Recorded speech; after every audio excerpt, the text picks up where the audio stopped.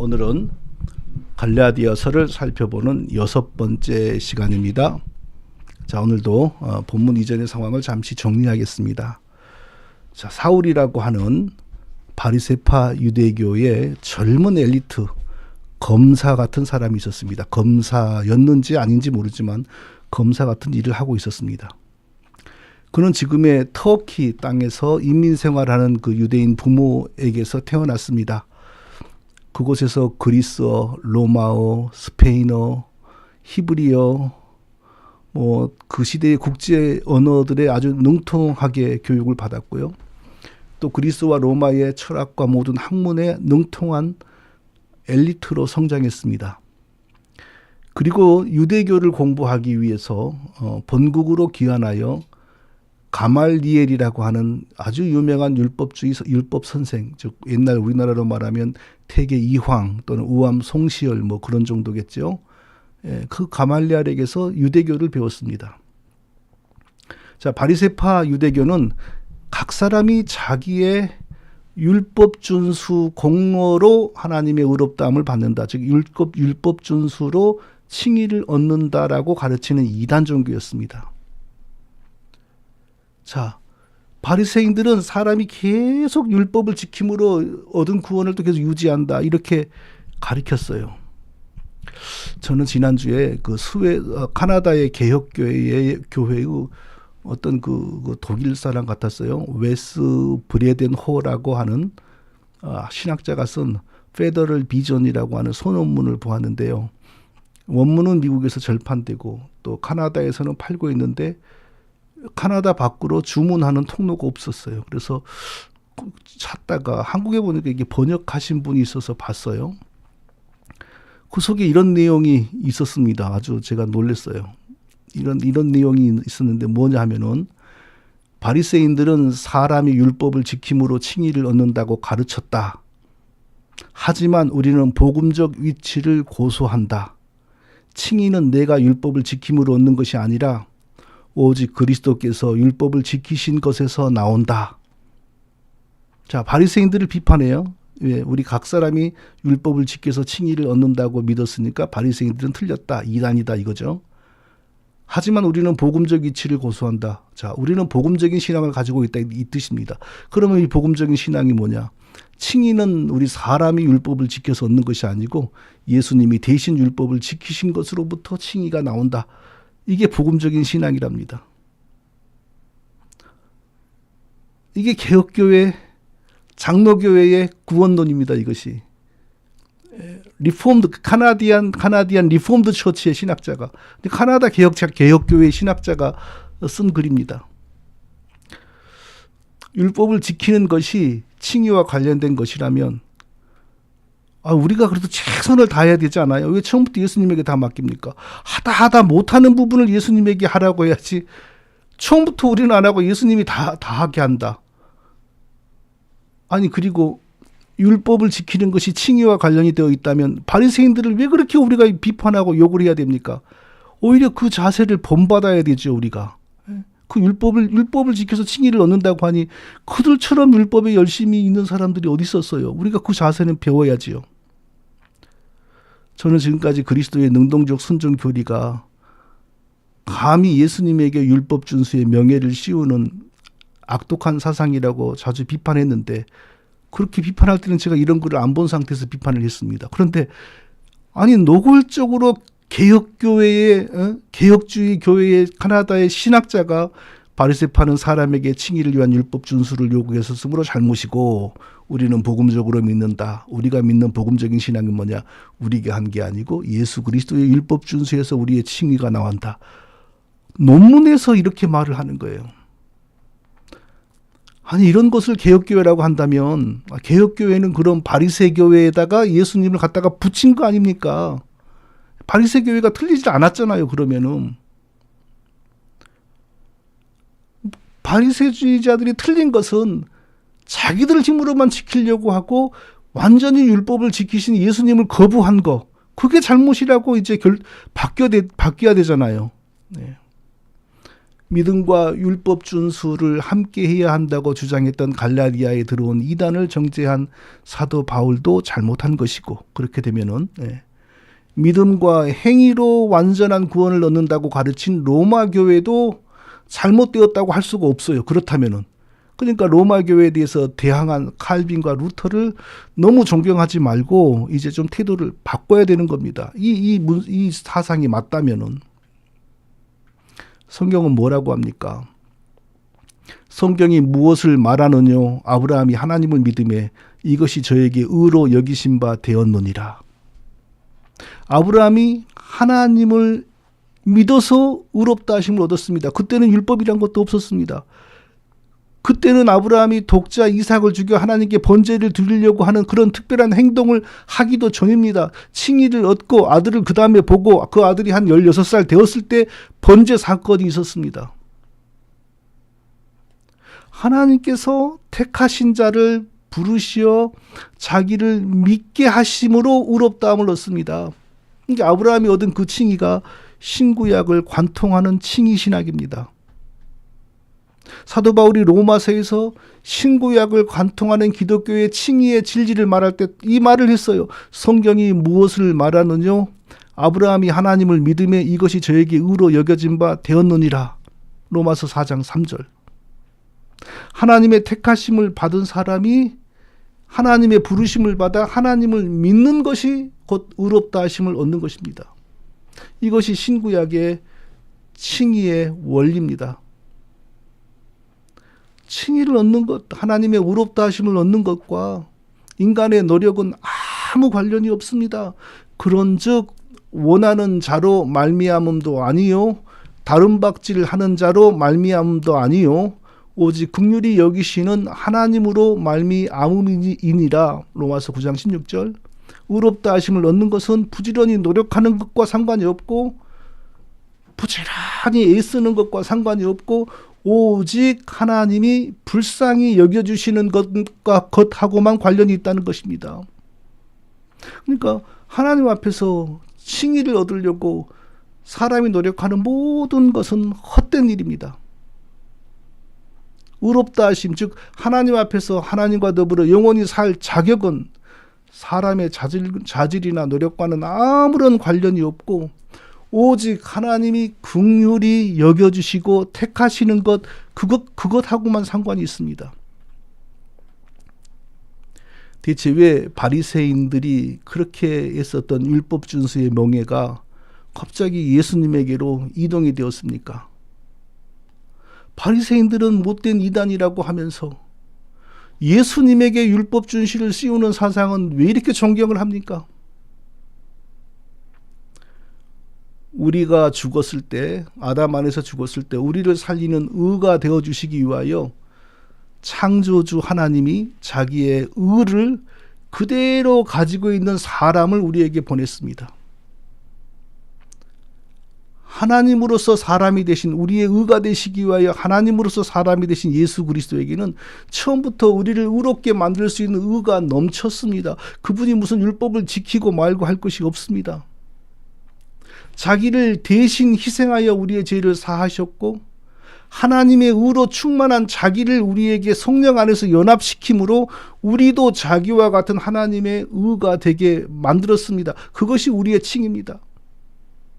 곧 예수 그리스도를 믿음으로 말미암아 모든 믿는 자에게 미치는 하나님의 은이, 예수 그리스도를 믿음으로 말미암아 모든 믿는 자에게 미치는 하나님의 의, 하나님이 자기의 의를 우리에게 주시기 위하여 특별한 사람으로 오셨죠. 그분 안에 하나님의 의가 충만합니다. 그분이 성령 안에서 자기를 우리에게 주시니 우리가 하나님의 의가 되는 겁니다. 사도 바울이 원래 바리새파 가정에서 태어났다라는 말을 하다가 또 이 얘기를 하게 되었습니다. 자, 사울이 그렇게 열성적인 바리새파 사람이었으므로 그리스도를 믿음으로 의롭다함을 얻는다라고 전파하는 기독교인들은 그의 눈에 벌레로 보였습니다. 저 벌레들을 그냥 두면 우리 민족이 또 하나님 앞에서 더러워져서 또다시 바벨론으로 끌려가는 포로 생활 같은 것을 하게 될 것이다. 자, 그런 나름대로의 애국심을 가지고 기독교인들을 가차없이 핍박했고 스데반 집사를 돌로 쳐 죽인 겁니다. 그리고 저기 다메섹에 가면 많은 이 이스라엘 벌레들이 도망을 쳐서 거기서 또 기독교 활동을 하고 있다고 하니 그들도 체포하여 와서 죽여야 되겠다라는 생각을 가지고 나름 어떤 유대교 안에 있는 권위와 질서의 승인 또는 책임을 부여받아서 다메섹으로 간 것입니다. 그런데 사울을 택하신 하나님께서 다메섹 도상에서 친히 나타나셨습니다. 십자가에 달리신 예수 그리스도가 자기 백성의 죄를 속하기 위하여 세상에 오신 여호와 하나님의 성육신자라는 사실을 사울에게 계시하셨습니다. 사울이 여호와 하나님과 십자가에 달리신 예수 그리스도가 같은 분이라는 사실을 알게 되었으니 성도가 되지 않을 수가 없죠. 즉시로 이제 회개하고 하나님을 믿었습니다. 우리는 보통 하나님 믿는다라고 말하는데 더 정확하게 말하면 하나님이 보내신 예수님을 믿음으로 하나님을 믿는다. 그렇게 말해야 됩니다. 하나님이 보내신 예수님을 믿지 않고 하나님을 믿는 길은 없습니다. 그래서 짧게 말하면 예수 믿는다 그러는데 예수 믿는다 그러면 무슨 꼭 반말하는 것 같아서 말하기가 그렇게 편치가 않아요. 여호와 하나님이 우리에게 자기의 성육신자 예수 그리스도를 중보자로 보내지 않았다면 우리는 하나님을 믿을 수가 없습니다. 예수 그리스도가 우리에게 오지 않았다면 우리는 하나님을 알지도 못하고 하나님 믿는 방법을 알 수도 없습니다. 혹시 알았다고 해도 하나님을 믿겠다고 하나님 앞에 나가면 하나님께서는 감히 건방지게 저주받은 벌레 같은 죄인이 내 앞에 감히 나서느냐 하시면서 죽입니다. 왜? 거룩하신 하나님께서는 자기를 반역한 죄인들을 1대1로 대면하면 죽이지 않을 수가 없습니다. 그래서 여호와 하나님께서는 택하신 백성들을 위해 자기의 독생자가 사람이 되게 하시고 그 사람이 되신 자기의 독생자가 자기와 제약된 백성들 사이에 중보자가 되게 하셨습니다. 그래서 중보자 예수 그리스도를 믿음으로만 여호와 하나님을 우리가 믿을 수가 있는 겁니다. 그래서 기독교는 예수 믿음으로 하나님을 믿는 종교입니다. 그걸 간단히 말하면 예수 믿는 종교, 더 간단히 말하면 예수교입니다. 바울은 구원받은 후에 곧바로 아라비아 사막으로 가서 나는 여기 아라비아 사막이죠. 사우디아라비아 쪽인 줄 알았는데 시리아 쪽에도 사막이 있다 그래요. 그러니까 다메섹하고 시리아 쪽에 가깝잖아요. 이제 그쪽 사막으로 간 거죠. 거기서 3년 동안 기도하면서 계속 그리스도의 계시를 받으면서 자기의 구약 신학과 그리스도의 계시의 내용을 연결시켜 완전한 기독교 신앙을 가지게 되었어요. 그런 작업을 최소 3년을 했습니다. 요즘 목회자가 되기 위하여 신학교에 가면 최소 3년 MDB 과정을 하는데 바울도 사막에서 3년 MDB 과정을 한 거죠. 그리고 또 다메섹으로 갔어요. 전에는 핍박하러 자기 말로는 벌레들을 잡으러 다메섹에 갔는데 이번에는 그 벌레들을 돕고 반대로 유대인들에게 전도하려고 갔어요. 3년간 기도하고 신학으로 그리스도의 사상을 무장하고 가니 유대인들이 아무도 못 이겨요. 바울을. 못 이기면 바울이 하자는 대로 믿어야 될 거 아니에요. 그런데 바울을 죽이려고 합니다. 그래서 그곳의 성도들이 바울을 밤중에 광주리에 달아 성 밖으로 탈출시켰고 또 그래서 바울은 이제 베드로가 있는 예루살렘으로 갔습니다. 가서 예수 믿고 나선 처음으로 베드로를 보고 그 전에 예수 믿기 전에 베드로를 봤다는 기록이 성경에 없습니다. 그러니까 베드로를 그때 처음 보고 야고보도 만났어요. 근데 거기 유대인들이 또 죽이려고 그래요. 그래서 성도들이 바울을 해안가 그 가이사라로 탈출시켜서 거기서 배를 타고 터키의 자기 고향 다소로 가게 만들었습니다. 다소에서 또 3년간 온둔했어요. 얼마나 이때 기도 생활을 많이 했겠습니까? 계속해서 그리스도의 계시와 새로운 신약 종교 계시와 구약의 자기 학식을 종합하는 거죠. 그래서 신약 성경 27권 아니죠. 13권이죠. 바울이 쓴 거. 머리가 지금 막 헷갈려요. 예. 그렇게 나온 겁니다. 그렇게 준비하지 않고서 어떻게 그런 게 나옵니까? 그런 성경이 어떻게 나옵니까? 3년 정도 지났을 때 바나바라고 하는 사람이 찾아왔어요. 그러더니 안디옥에 지금 이방인들 교회가 형성되고 있는데 가서 함께 목회하자고 하니 갔습니다. 거기서 목회하다가 예루살렘으로 간 겁니다. 그 두 번째 예루살렘에 갔을 때 사도 바울은 14년 후에 갔다 그럽니다. 그러니까 처음 예수 믿고 3년 사막에 있다가 3년이 지나서 예루살렘에 갔을 때부터 14년 뒤에, 그때도 잠시밖에 못 있었죠. 지금 바울이 왜 자신이 예루살렘 사도들과 함께 보낸 시간이 극히 적고 거의 없는 거나 마찬가지라는 사실을 왜 강조하겠습니까? 1장 1절의 내용을 증명하는 겁니다.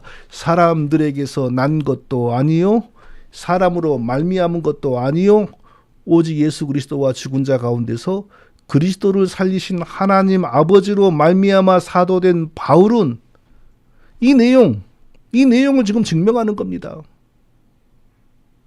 사도 바울이 전한 복음의 내용이 뭡니까? 구원을 얻는 것은 오직 하나님이 보내신 중보자 예수 그리스도를 믿는 것, 그것뿐이다. 구원을 얻기 위해서는.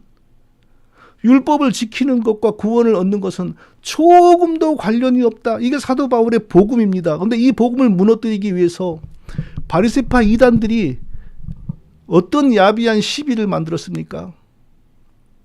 저 사람은 베드로나 다른 사도들처럼 3년 동안 신학교를 다니지 않았다. 3년 동안 예수님을 따르는 특별한 신학교에 다닌 적이 없고 예수님이 하늘로 가버렸을 때 어디 길에서 만났다고 하는데 누가 하냐, 그걸 누가 본 적이 있냐. 그리고 길에서 잠시 만나가지고 뭘 배울 수 있냐.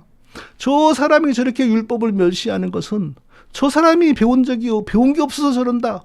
이렇게 바울이 전한 복음뿐 아니라 바울 자체를 무너뜨려 버렸습니다. 그래서 바울은 강조한 겁니다. 사람이 사도로 세우지 않았다. 나는 예수 그리스도를 죽은 자 가운데서 살리신 하나님으로부터 직접 사도로 임명을 받았다. 이렇게 주장을 한 거예요. 나는 사람으로부터 임명받은 사도 마띠아, 여러 번 마띠아 알지 않느냐? 사람으로부터 세워진 마띠아가 대체 무슨 일을 했느냐? 사람으로부터 세워진 마띠아는 아무 일도 못했다. 단지 성경에 사도들이 사도로 선출했다는 얘기가 처음이자 마지막이요. 그 이후로 마띠아가 어떻게 쓰임받았는지에 대해서 성경은 한마디도 하지 않습니다. 나는 그런 사도가 아니고 부활하신 예수 그리스도께서 직접 부르시고 직접 사도로 세운 사람이다. 구원이 율법 준수와는 무관하고 오직 예수 그리스도를 믿음으로만 구원을 얻는다라는 나의 복음은 사람에게서 배운 것이 아니고 예수 그리스도로부터 직접 배운 복음이다. 이것을 지금 시종일관 주장하는 거고 이것을 증명하는 거예요. 나는 예루살렘에 드나들면서 예루살렘 사도들의 인정을 받아서 사도가 된 게 아니다. 계속 그 주장을 하는 겁니다. 자, 오늘 본문의 내용은 사도 바울이 자기의 사도직에 대하여 시비하는 사람들에게 마침표를 찍어버리는 내용입니다. 자, 14년 후에 예루살렘에 가서 사도들을 잠시 만났습니다. 그 잠시 만나는 동안에 사도들로부터 뭘 배울 수 있겠어요? 그냥 인사 나누고 서로 인사 나누는 정도죠. 그리고 다시 안디옥으로 돌아왔습니다. 얼마나 시간이 지났는지 모릅니다. 예루살렘에서 활동하던 베드로가 이방인 선교로 사역의 방향을 바꿨습니다. 그 사이에. 그래서 이방인으로 나아가는, 그때 이방인 세계로 나아가는 관문이라고 할 수 있는 바울과 바나바가 자리를 잡고 있는 안디옥으로 먼저 왔어요. 안디옥에 와서 잘하다가 베드로가 큰 잘못을 범했습니다. 베드로가 큰 잘못을 범하자 베드로를 따르는 많은 유대인들이 같은 잘못에 빠지고 심지어 그 훌륭한 바나바까지 그 잘못에 동참을 했어요. 그때 사도 바울이 바나바와 베드로가 눈물을 줄줄 흘리도록 고통을 치고 혼쭐을 냈습니다. 바나바와 베드로가 한마디 변명을 못했어요. 지금 이 얘기를 하는 거예요. 오늘 본문에서. 이 얘기를 왜 하겠어요? 나보고 사도들의 정상적인 사도가 아니니 어쩌느니, 길가에서 안수를 받았느니 어쩌느니 하는데, 최고의 사도라고 여기는 베드로도 나한테 호통을 당하고, 잘못해서 호통을 당하고 한마디 변명을 하지 못하고 잘못을 빌었다. 이 사건을 얘기할 때 벌써 사도 바울의 사도로서의 권위와 정통성은 증명이 되는 겁니다. 자, 바나바는 사도행전 4장에서 자기의 밭을 팔아서 교회를 위해 쓰라고 사도들에게 헌금을 드렸죠. 유대인들에게서 아주 존경을 받는 사람입니다. 자, 베드로는 12사도들 가운데 언제나 대표 맏형이죠.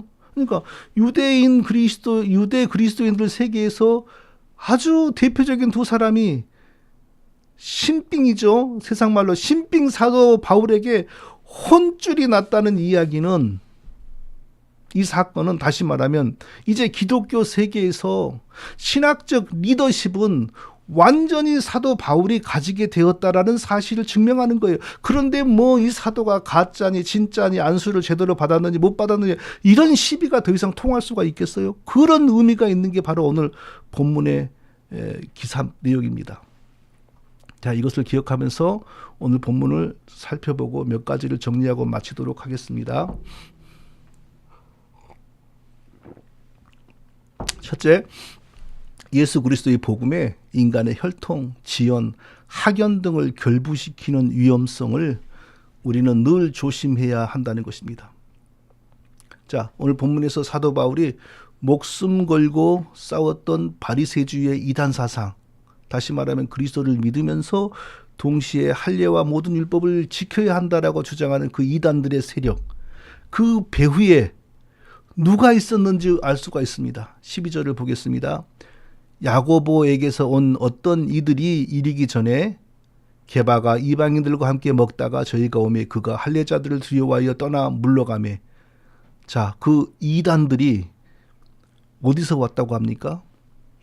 야고보에게서 온 어떤 이들이라고 말합니다. 자, 원래 베드로는 예루살렘에 있었는데 이제 해외 선교 사역을 이제 막 시작하는 모양이죠. 그래서 해외 선교의 관문이라고 할 수 있는 안디옥에 지금 와 있어요. 안디옥에 와서 이제 난생 처음 이방인 땅에서 이방인들의 문화를 접하면서 타문화권 선교를 서서히 이제 적응하고 배우는 과정이죠. 베드로는 이방인 세계로 나오기 전에 이미 예수 그리스도를 믿는 모든 사람은 유대인이건 이방인이건 십자가 안에서 한 민족이요, 한 영적인 민족이요, 형제라는 사실을 이미 알고 있었습니다. 자, 그 진리를 제일 먼저 유대인들 예루살렘 쪽에서 제일 먼저 깨닫고 본 사람이 누구냐? 베드로입니다. 사도행전 10장에서 하나님은 이미 구약의 아브라함의 하나님을 믿고 구원받은 후 기도하고 경건하게 살면서 하나님을 경외하고 있는 고넬료에게 베드로를 보냅니다. 자, 지난번에 설명한 것처럼 고넬료가 이때 처음으로 구원받는 것이 아니고 아브라함의 하나님을 믿고 구원을 받은 후에 예수님을 나중에 알게 되는 이 특수한 상황입니다. 그러니까 구약과 신약이 맞물려지는 그 특수한 시대이기 때문에 이런 일이 있는 거죠. 만일에 한 100년 전에 고넬료가 태어났다면 이런 일을 없이 그냥 아브라함이 하나님 믿고 천국에 그대로 가는 거죠. 네.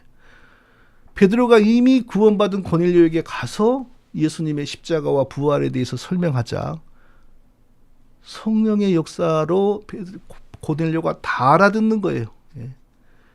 그리고 그때까지 성령이 고넬료에게 임하지는 않았거든요. 왜냐하면 아직 십자가 복음을 몰랐으니까. 다 구약 성도니까. 근데 그때 드디어 예수님의 십자가를 전해 듣고 믿으니 성령이 임했습니다.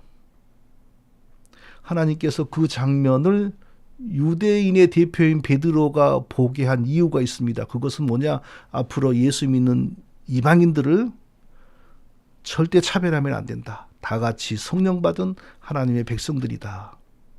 이것을 보게 한 겁니다. 그래서 사도행전 15장에 그 지도자들의 회의에서 베드로가 이 얘기를 한 겁니다. 그랬더니 주의 형제 야고보가 그러면 앞으로 믿는 이방인들을 차별하지 않기로 하자라고 회의를 매듭지었어요. 그래서 이방인과 유대인이 차별받지 않고 한 교회를 형성하는 신약의 진리가 교회 안에 자리를 잡은 것입니다.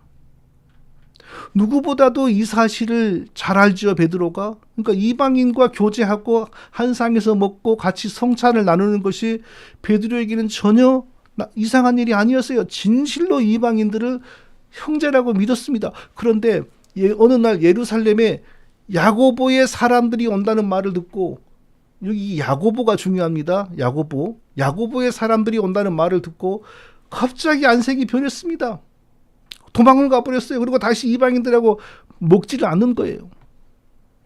이방인들과 함께 먹다가 라고 했습니다. 먹는다는 말은 기본적으로 일상적인 식사이고, 또 어쩌면 이때는 성찬식이 우리는 지금처럼 1년에 3번, 4번 절기 때 하는 게 아니라 매주 했거든요. 그러니까 지금도 가능하나 매주 하는 게 성경적이죠. 근데 이제 이게 대형화되다 보니까 성찬 돌리는데 10분, 먹는데 3분, 성찬 거두는데 10분 하니까 예배를 못 드리는 거예요. 이 대형화되다 보니까. 그래서 성찬식이 매주 했던 성찬식이 지금은 부활절에 한 번, 추수감사절에 한 번 이렇게 변한 겁니다. 그러니까 함께 식사를 하고 함께 성찬을 나눈다는 것은 그리스도의 복음 안에서 한 형제라는 사실을 너무나 잘 알고 서로 인정했다는 거죠. 그런데 왜 예루살렘의 야고보의 사람들이 가까이 왔다라는 말을 듣자 안색이 변하고 태도가 돌변하여 이방인들하고는 모른 채 하는 그런 자세를 취했을까요? 예루살렘에서 온 이 사람들은 사도 바울의 복음을 거짓 복음이라고 왜곡하는 그 이단들이었습니다. 안디옥 교회에 와서 이방인 신자들에게 그리스도를 믿는 것만으로는 부족하고 할례와 다른 율법들을 다 함께 지켜가야 온전하게 의롭다 하심을 얻는다라고 주장하는 바리새주의 신약 이단들이었습니다. 자, 그러면 이미 진리를 다 알고 있는 베드로가 그 사람들을 물리쳐야지요. 꾸짖어야지요. 아니, 그런데 왜 그 사람들을 무서워하면서 지금까지 너무나 진리 안에서 잘 행동하던 베드로가 다 벗어던지고 다시 거짓으로 돌아갑니까? 너무 이상하지 않습니까? 베드로가 왜 그런 행동을 했는지 성경은 자세하게 말하지 않습니다. 지금부터 제가 말하는 것은 저의 합리적인 추론입니다. 야고보에게서 온 어떤 이들, 그가 할례자들을 두려워하여 이 말 속에 단서가 있다고 생각됩니다. 그들은 예수님 믿으면서도 할례를 받아야 한다는 신약의 할례주의자들이죠. 다르게 말하면 신약의 바리새주의 이단들이었어요. 예루살렘에서 온 사람들이. 자, 할례를 받는다는 것은 단지 할례 하나를 받는 것이 아닙니다. 할례는 구약의 모든 율법을 대표하는 것이므로 할례를 받는다라는 것은 곧 모든 율법을 지키겠다라고 하는 일종의 서약식입니다. 구약의 사람들에게 하나님의 백성이라는 신분증은 마음에 있는 것이 아니고 몸에 겉에 보이는 거였습니다. 그게 바로 할례였습니다. 그 하나님 백성의 신분증을 몸에 새기는 것은 곧 하나님의 백성으로서 모든 율법을 지킨다는 서약입니다. 예루살렘의 바리새주의자들은 신약의 그리스도인들도 할례를 받아야 하고 할례를 받지 않은 이방인들은 예수 믿을지라도 하나님의 진정한 자녀가 아니고 할례를 받지 않았으므로 유대인의 입장에서는 불가촉 천민이다 이렇게 주장했어요. 할례를 받지 않았으니 불가촉 천민이 인도의 신분제도에서 나온 말이죠. 그런데 똑같아요. 유대인들은 다 그렇게 여겼습니다. 할례 받지 않은 사람들을. 자, 다윗은 그렇게 말하지 않았지만, 다윗이 그런 뜻으로 말하지 않았지만, 다윗이 골리앗을 잡으러 나갈 때 뭐라고 했습니까? 주의 종이 사자와 곰도 쳤은즉 사시는 하나님의 군대를 모욕한 이 할례 없는 블레셋 사람이리까. 그가 그 짐승의 하나와 같이 되리이다. 할례 못 받는 사람을 어떻게 취급합니까? 사람으로 치지를 않잖아요. 자기가 때려주기 위해서 사자나 곰보다 못하게 여기잖아요. 그러니까 정상적인 신앙 안에서도 할례 받지 못한 사람과 할례 받은 이스라엘 민족의 차이는 이렇게 컸던 거예요. 예루살렘에서 안디옥으로는 그 사람들은 여전히 그 관점으로 이방인들을 대하는 사람들입니다. 그리스도의 십자가의 진리를 어떻게 그렇게 쉽게 왜곡하여 또 어떻게 그런 주장이 그렇게 먹혔을까요? 아마 이런 분위기였던 것 같아요. 이방인들을 향하여 그들은 이런 식이었습니다. 너희가 예수님을 본 적이나 있냐? 우리는 예수님과 함께 먹었고 함께 3년 동안 선교하고 함께 핍박을 받고 우리는 내내 예수님과 같이 했다. 도대체 너희들은 뭘 믿는다는 거냐? 우리는 옛날부터 할 일을 지켜왔고 예수님을 직접 만났고 예수님께 고난도 나가고 다 했다. 너희는 아무것도 안 하다 갑자기 예수 믿는다고? 이게 무슨 기독교냐? 막 이런 식으로 나가니까 이방인 신자들은 기가 죽은 거죠.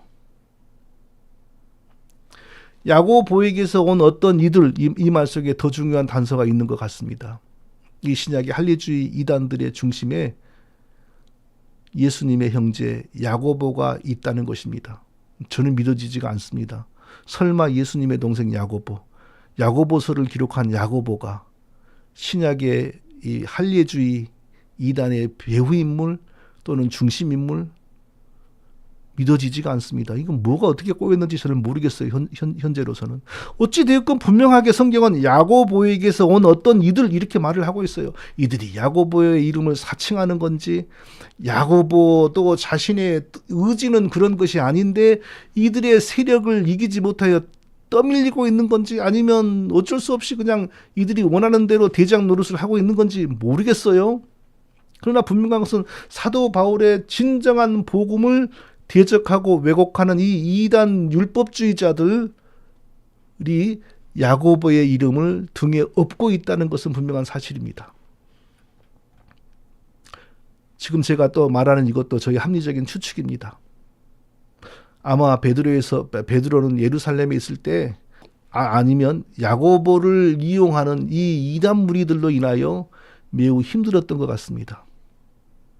자, 베드로는 신약의 할례주의, 신약의 율법주의는 그리스도의 복음을 허무는 이단 사상이란 걸 잘 알았습니다. 그러나 예루살렘에서는 점점 이들의 세력이 커졌어요.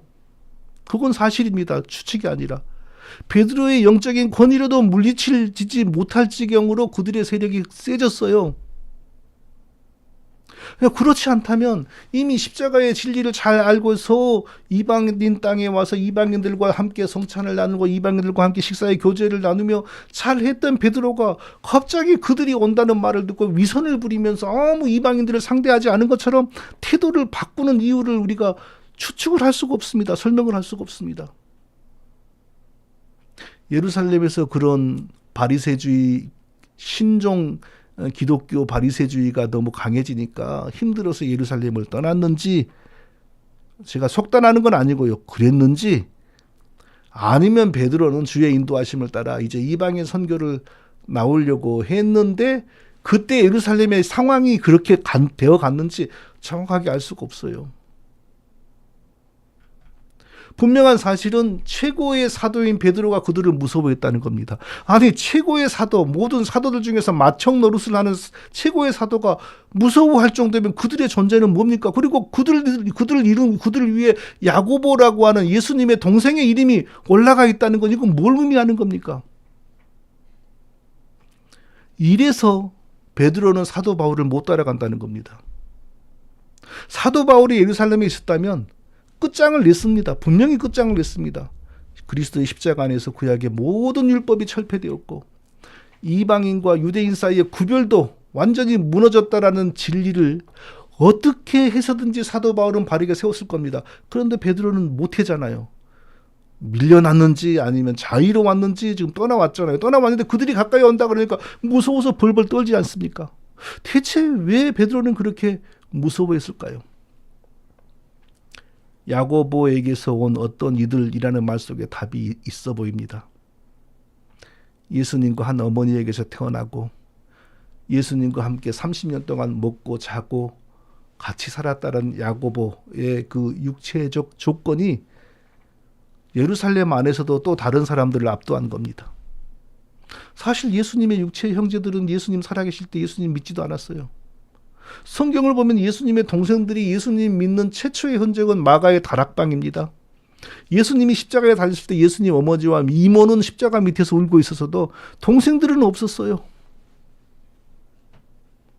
처음부터 예수님과 함께 하였던 사도 야고보는 일찍 순교했고 그 자리를 주의 형제 야고보가 차지한 것 같아요. 하나님의 뜻이 아니지요. 예수님은 기독교의 설립자로 사도들을 세웠지 자기 동생들을 세우지 않았습니다. 그런데 예루살렘에서는 사도들보다 예수님의 동생이 지금 권위가 더 막강한 거예요. 이게 다 인간들이 하는 일이죠. 로마 교회에서는 예수님의 육신의 어머니에게 지나친 존경을 표시하다가 그만 한 여신을 만들었어요. 천상 모후 하나님의 어머니 이런 여신을 만들었어요. 기독교의 황제이신 예수님은 언제나 그 여자의 품 안에 안겨있는 쬐깐한 조그마한 애기잖아요. 예수님보다 그 여인이 커져 있어요. 초기에 예루살렘 기독교는 예수님의 육체의 동생 야고보를 비정상적으로 존경하고 크게 여긴 것 같아요. 그러니까 그가 사도들도 어찌 해볼 수 없는 예루살렘의 막강한 능력자가 되어버린 겁니다. 아까 말씀드린 것처럼 야고보가 왜 그렇게 되었는지 저는 몰라요. 성경에 그렇게 나오니까 야고보에게서는 어떤 이들 그러지 않습니까? 야고보하고 상관이 없다면 야고보가 그들의 사상을 지지하지 않는다면 야고보에게서는 온 어떤 이들 성경은 이렇게 말할 이유가 없습니다. 자, 우리가 이 부분에서 무엇을 발견할 수 있습니까? 교회에서는 언제나 지연, 학연, 혈연이 배제되어야 하고 언제나 말씀만 따라가야 된다는 것입니다. 지연, 혈연, 학연이 초월되지 않으면 반드시 그것의 부작용이 나타나게 된다는 겁니다. 예수님의 육신의 어머니가 참 귀한 은혜를 받았죠. 그렇다고 하늘의 황후, 하나님의 어머니, 천상 모후, 마리아 부활 승천, 마리아 무죄 탄생 이런 게 웬 말입니까? 예수님의 육신의 동생들을 귀하게 여기는 게 지나치다가 보니까 사도들도 마음대로 할 수 없는 종교 권력자들이 나와버린 것 아닙니까? 그래서 예루살렘 야고보에게서 오는 어떤 이들이 오니까 베드로도 무서워서 벌벌 떠는 거죠. 오늘날에는 세습이라고 하는 혈연주의가 한국교회를 지배하고 있습니다. 이미 복음을 잃고 망해가고 있는데 이제 세습이라고 하는 천박한 것까지 일어나서 한국교회를 끝장내고 있습니다. 가족 안에서 담임 목사직이 세습되는 것이 과연 성령의 인도하심일까요? 하도 심하니까 이제는 아들 중에 목사가 있고 사위 중에 목사가 있는데도 세습하지 않으면 훌륭한 목사처럼 보이고 그런 일을 보기가 어렵습니다. 가보면 아들이 목사이거나 사위가 목사이면 어김없이 세습을 준비하고 있습니다. 다 그럴싸한 핑계를 댑니다. 도대체 이 가족 세습의 성경적 근거는 뭡니까? 구약의 제사장들의 직분이 아버지에게서 아들에게로 승계되었다. 그런 얘기를 종종 하는데 구약의 제사장 직분과 제사제도는 십자가로 다 철폐되었습니다. 그런 식으로 하려면 다윗에게는 부인이 여러 명이었으니까 대형교회 목사들에게는 의뢰의 부인이 여러 명이어도 된다. 이런 말도 나오겠습니다. 성도 여러분, 한 가지 부탁드리겠습니다. 세습한 교회에는 절대로 가지 마십시오. 세습은 하나님의 교회를 사유화하는 죄악입니다. 세습은 하나님의 교회를 한 가정의 재산으로 만드는 죄악입니다. 세습은 하나님의 영적인 몸을 사람의 재산으로 변질시키는 죄악입니다. 세습을 알면서도 세습했다는 걸 알면서도 세습하고 있다는 걸 알면서도 반대하지 않고 협조하는 것은 죄악입니다. 같은 죄악입니다. 그리고 오히려 그 교회에서 자리를 잡으려고 열심을 내고 충성을 하고 11조를 바친다는 것은 복음을 배반하는 겁니다. 그런 사람들에게는 아마 육신의 자녀들에게 좋은 일 없을 겁니다. 왜냐하면 교회가 그 지경이 되는 건 하나님의 자녀들을 망치는 건데 그 일에 동조하고 거기 가서 11조하고 거기 가서 장로 권사하려고 노력하고 이게 그 똑같은 범죄를 하는 것이기 때문에 하나님이 그런 사람의 육신의 자녀에게 절대로 복을 안 주실 것 같습니다. 자, 둘째로 구약의 모든 율법들과 절기들이 그리스도의 십자가로 철폐되었다는 사실을 다시 한번 강조해야 합니다. 구약의 율법들과 절기들 가운데 그리스도의 십자가 이후에도 그대로 남는 것은 하나도 없습니다. 자, 구약에서 안식일을 거룩하게 지키라는 율법의 의미는 뭘까요? 하나님의 참된 자녀가 되라는 겁니다. 꼼지락도 안 하고 집에 들어앉아 있으라는 것이 아닙니다. 그럼 어떻게 하나님의 참된 자녀가 되는 겁니까?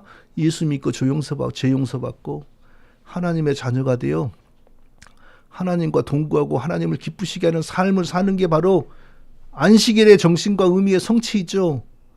그래서 신약교회는 토요일 안식일을 지키는 것이 아니고 그리스도가 우리를 구원하시고 부활하시는 날을 하나님 예비하는 날로 지키는 겁니다. 그러니까 안식일도 없어진 겁니다. 주일을 신약의 안식일로 지킨 사람들은 청교도들입니다. 청교도들은 근본적으로 율법주의자들이었어요. 그래서 신약을 안식일처럼 지켰던 겁니다. 어떤 음식들을 청교도들이 청교도 율법주의가 주의를 그렇게 변질시켰다는 그 사례는 한국에 너무 많지요. 하나의 사례를 들어보자면 그 박윤선 박사님이 고신교단의 신학교에서 강의하고 있을 때 미국 선교사님이 주일날 출국해서 그 선교사님 배웅하느라 주일 예배를 못 드렸어요. 그런데 그것을 빌미 삼아 주일 성수를 위배했다고 그렇게 비난을 했다 그래요. 그래서 결국 그 교단을 떠나서 합동, 그러니까 사당동 총신대 쪽으로 왔다가 거기서도 떠나서 수원에 있는 합신을 만든 겁니다. 우리나라에 지금은 뭐 그런 정신도 없어졌지만 우리나라에 3, 40년 전에 있었던 그 주일 안식일주의는 그 청교도들의 부작용입니다. 그건 성경이 가르치는 것이 아닙니다. 자, 어떤 음식을 먹지 말라, 이런 음식을 먹어서는 안 된다라는 율법의 본래의 목적은 뭐였습니까? 하나님의 백성들은 이방인들과 달리 거룩하게 살아야 한다라는 것을 그런 방식으로 가르치고 암시한 겁니다. 우리는 어떻게 거룩해졌습니까? 그리스도의 속죄의 피로 죄에서 해방이 되고 성령을 받음으로 거룩한 백성이 되었습니다. 그러니까 예수님의 십자가와 성령으로 음식 율법도 철폐된 겁니다.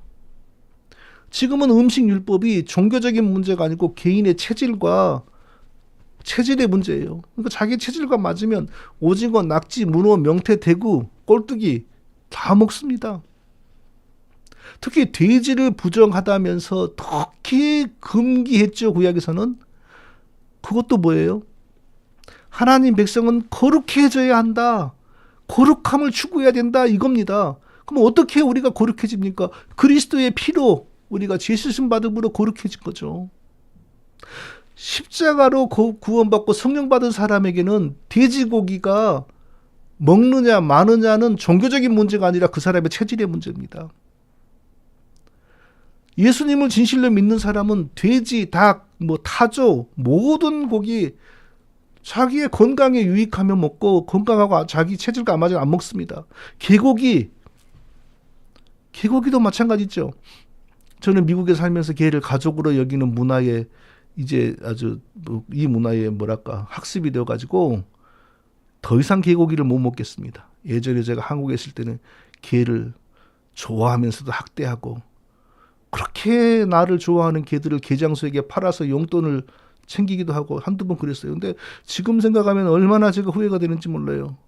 만일 제가 죽어서 그 개들을 만날 수 있다면 만날 수가 없죠. 개들에게 영혼이 없으니 어떻게 만나겠어요.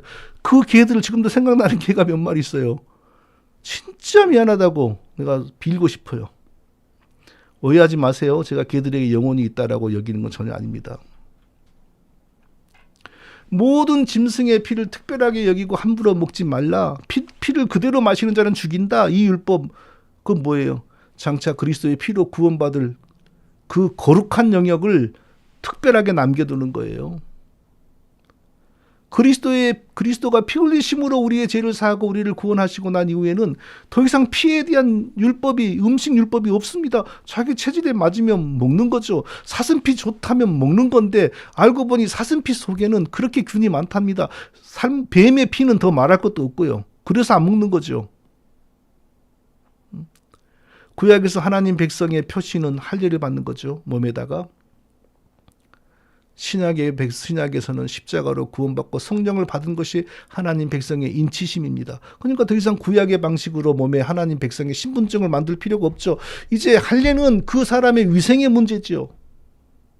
가늠하지 말라, 살인하지 말라, 우상 숭배하지 말라, 이런 도덕 윤리적인 율법은요, 그것도 마찬가지예요. 지금 지키기는 지키는데 구약의 방식으로 안 지킵니다. 구약의 방식으로 육신의 힘으로 이런 율법을 지키는 것이 아니고 예수 믿고 성령 받아 속사람이 변화되어서 그냥 겉으로 간음하지 말라, 살인하지 말라, 이런 문자적으로 이 율법들을 지키는 것이 아니라 간음하지 말라는 근본적인 의미가 그 정신까지도 지켜가게 돼요. 왜? 성령의 역사로, 성령의 인도하심으로. 그러니까 간음하지 말라, 살인하지 말라, 우상 숭배하지 말라, 도둑질하지 말라, 이런 도덕 윤리 율법도 십자가 이후에는 그대로 남는 게 아니에요. 다른 방식으로 우리가 지켜요. 쉐마 운동, 유대인 교육 하면서 뭐 토라, 탈무드 들먹이고 이런 뭐 율법 구절 암송시키고 이러면서 뭐 영재를 키워낸다. 소수의 유대인들 속에 왜 그렇게 노벨상이 많은지 아느냐, 이런 율법 교육을 통하여 교육하니까 노벨상 받는 천재들이 많이 나온다 하면서 그거 막 유혹하는 사람들 있잖아요. 돈도 되게 많이 받아요. 거기에 자식을 맡기는 것은 자식들의 영혼을 심한 말로 저주하는 아주 악한 짓입니다. 왜요? 그리스도의 영광의 복음의 광채를 볼 수 있는 기회를 차단하고 토라니 탈무드니 율법이니 이런 것 속에서 애들이 살고 성장하게 만들잖아요. 완전히 자식을 망치는 겁니다. 자, 셋째로 복음의 진리를 아는 것이 중요하지 않고 알게 된 복음의 진리를 반드시 실천하는 것이 중요하다는 사실을 우리가 기억해야 됩니다. 베드로는 복음의 진리를 알았습니다. 그러나 예루살렘의 야고보 패거리의 위세가 무서워서 비록 이방 땅에 나와 있을지라도 언젠가는 예루살렘으로 돌아갈 것이기 때문에 예루살렘에서 괴롭지 않으려고 그 사람들이 온다 그러니까 자기의 진리에 대한 신정과 확신을 버리고 이방인들에게 모르는 채 시치미를 뚝 뗐습니다. 베드로 한 사람이 그러니 거기서 끝나는 게 아니라 더 문제가 심각해졌습니다. 야고보에서 온 어떤 이들이 이르기 전에 게바가 이방인들과 함께 먹다가 저희가 오매 그가 할례자들을 두려워하여 떠나 물러가매 남은 유대인들도 저와 같이 외식함으로, 남은 유대인들도, 그러니까 이방인들과 함께 신앙생활하는 유대인들이 많이 있었던 모양이죠. 그들이 전부 베드로를 따라한 거예요. 거기서 안 끝나요. 그 훌륭하던 바나바도 저희의 외식에 유혹되었느니라. 바나바도 그들을 따라하는 거예요. 그러니까 유대인들이 집단적으로 지금 진리를 배반하고 위선을 떠는 겁니다. 그렇게 믿음이 좋아서 유대인들에게 존경을 받고 가장 먼저 자기의 재산을 팔아서 예루살렘 공동체에 헌금했던 바나바가 그 사람까지 지금 이렇게 되는 거예요. 모든 목회자들을, 제가 아는 목회자들을 이 진리의 복음의 진리라고 하는 관점으로 분석해 보면 반드시 세 종류입니다. 한 종류는 복음의 진리를 알지 못합니다. 그리고 자기의 생각과 자기의 열심으로 목회를 합니다. 또 한 종류는 복음의 진리는 조금 알기는 한데 교인들을 무서워합니다. 똑같은 거죠. 예루살렘에서 온 야고보의 사람들을 무서워하는 것처럼. 그리고 교회 성장을 위해 사람들을 모으기 위해 알고 있는 진리를 말하지 않는 목사들이 있습니다. 대부분이 그렇습니다. 세 번째는 복음의 진리를 아는 대로 바르게 가르치고 외치는 목사들이 있습니다. 불행하게도 여기에 해당하는 목사들은 매우 적습니다.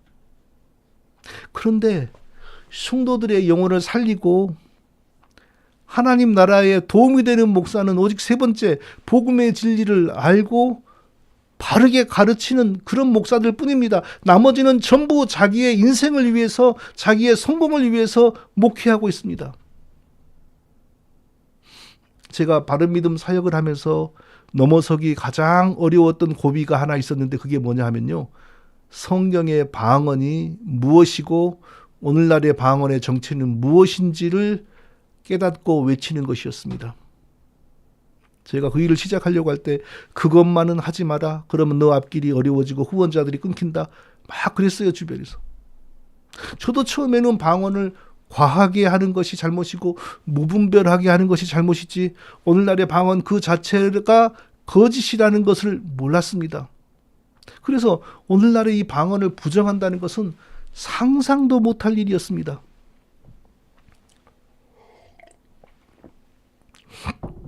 그런데 제가 깊이 연구해 보니까 성경의 방언도 오늘 본문의 주제와 같습니다. 이방인 성도와 유대인 성도 사이의 구별을 철폐하는 목적으로 하나님이 보내신 것이 성경의 방언입니다. 신약의 이 방언, 신약의 초기에 잠시 있었던 방언이 등장하기 전까지 하나님은 자기 백성들에게 예언하실 때 항상 자기 백성들의 모국어로 예언하셨습니다. 이사야, 예레미야, 예스겔, 모세, 한 명도 빠짐없이. 하나님이 아브라함에게 말씀하실 때도 아브라함이 알아듣는 모국어로 하셨지 방언으로 하시지 않았어요. 모두 그 백성들이 알고 있는 언어로 예언했어요. 그러니까 이스라엘 사람들의 말로 이스라엘 사람들에게 전하게 하신 거죠. 그런데 신약의 초기에 잠시 자기 백성들에게 하나님이 배운 적이 없는 이방인의 언어로 말씀을 주시는 현상이 나타납니다. 배운 적이 없는 실제 이방인의 언어로 자기 백성들에게 말을 하셨어요. 그러니까 사도행전 최초의 방언이 나타났을 때 세계 여러 나라에서 살다가 온 유대인들이 뭐라고 반응했어요? 다 놀라 기이 여겨 이르되 보라, 이 말하는 사람이 다 갈릴리 사람이 아니냐? 그런데 우리 각 사람의 난곡 방언으로 듣게 되는 것이 어찌면요, 전부 이스라엘 땅의 갈릴리 촌구석 사람들인데, 이탈리아에서 온 사람, 그리스에서 온 사람, 그 현지 언어로 말을 하는 거예요. 물론 그 사람들은 그 언어를 배운 적이 없어요. 하나님이 이스라엘 말로 하지 않고 이방인의 언어로 말하시는 방언의 의미를 사도 바울이 고린도전서 14장 21, 22절에서 설명했습니다. 자, 받아 써보세요. 고린도전서 14장 21, 22절입니다. 오늘 여기서 자세하게 말을 할 수가 없습니다. 간단하게 요약하면 이렇습니다. 자, 구약에서 제약되고 교만한 유대인들을 하나님이 어떻게 심판하십니까? 알아듣지 못하는 외국말을 하는 군대, 즉 바벨론의 군대를 보내어서 그 교만하고 제약된 백성들을 전부 쳐서 죽였잖아요. 칼로 죽이잖아요. 그런데 신약의 초기에는 어떤 일을 하셨냐? 이번에는 이방인의 언어로 예수 그리스도의 복음을 설명하는 일을 하나님이 하신 거예요. 유대인들 입장에서는 충격이었습니다. 하나님이 언제나 자기들의 말로 예언하시고 설명하시는 하나님이신데, 이제는 갑자기 저기 로마의 실제 언어, 그리스의 실제 언어로, 그것도 한 번도 외국에 나가보지 않은 갈릴리 사람의 입으로 그 언어로 말을 하신다는 거예요. 충격을 먹은 거죠. 이스라엘의 하나님이 이스라엘의 언어를 사용하지 않고 로마와 그리스와 저 할례받지 않은 천한 것들의 말을 사용하신다. 충격을 먹었어요. 그런데 거기는 무서운 뜻이 있었습니다. 구약에서 교만하고 제약된 유대인들을 외국말하는 외국 군대의 칼로 심판하여 처벌하신 하나님이 신약에서는 그리스도를 보냈어도 믿지 않고 교만한 유대인들을 이제 하나님이 버리시고, 육신으로 죽이는 게 아니라 이제 하나님이 그들의 영혼을 버리시고 대신 믿는 이방인들을 그 자리에 서게 하여 자기 백성 되게 하신다. 이 새로운 시대의 진리를 선포하는 사인이 신약의 방언입니다. 그래서 가만히 보세요. 신약의 방언이 나타나는 현장은 언제나 이방인이 있는 자리예요. 유대인들이 있는 자리에 유대인들의 완고한 유대인들이 있는 자리입니다. 그래서 자, 사도행전 2장에서도 외국 나라에 있던 유대인들이 와가지고 어허, 어째서 하나님이 이방인들의 언어를 사용하지? 사도행전 10장의 고넬료에서도 고넬료가 이방인을 만났잖아요. 베드로가 이방인에게 복음을 전했잖아요. 근데 거기서 또 뭔가가 나타났어요. 그리고 좀 어렵고 복잡한 얘기인데 18장에서 에베소에서 또 방언이 나타나요. 사도행전에서는 방언은 3번 나와요. 3번. 근데 전부 에베소에서도 교회를 핍박하는 유대인들이 많았고, 사도행전 2장도 마찬가지고, 고넬료도 이제 신약의 교회로 불러들이는 그 사건이잖아요. 실제로 사도행전 이후에 이방인과 유대인 사이에 차별이 없어지고 난 이후에 한 번도 성경의 방언은 나타나지 않아요. 아니, 하나님이 우리말을 다 알아듣는데 우리가 우리말로 기도해야지 좋은 것이지, 내가 모르는 말로 하나님께 기도한다는 게 무슨 웃기는 소리입니까? 하나님이 바울에게 말할 때 히브리 방언으로 말을 했고, 하나님이 아브라함에게 말할 때 아브라함 말로 했는데, 하나님과 우리 사이에 무슨 특별한 언어가 왜 필요합니까?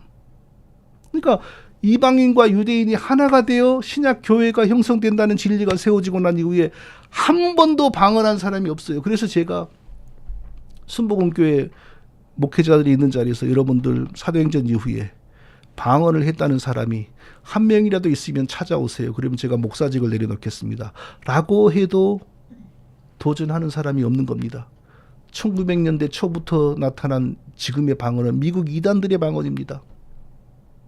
그 소리가 아무리 근사해도 가짜입니다. 그리고 그들의 방언도 역시 사도행전 같은 외국어라고 주장을 했어요. 근데 외국어가 써봐서 안 되니까 그때 또 바뀐 거예요. 하늘의 언어로 바뀐 겁니다.